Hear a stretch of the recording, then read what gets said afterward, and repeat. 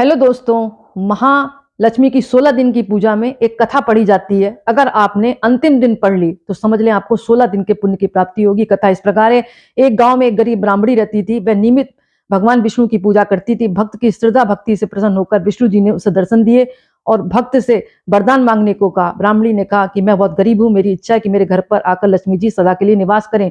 विष्णु जी ने ब्राह्मणी को एक उपाय बताया जिससे कि उसके घर में माँ लक्ष्मी का आगमन हो। भगवान विष्णु ने बताया कि तुम्हारे घर में कुछ दूर पर एक मंदिर है, वहां पर एक स्त्री उपले थापती है, तुम उस स्त्री को अपने घर पर आमंत्रित करो, वही माँ लक्ष्मी है। ब्राह्मणी ने ऐसा ही किया, उस स्त्री को अपने घर पर आने का निमंत्रण दिया।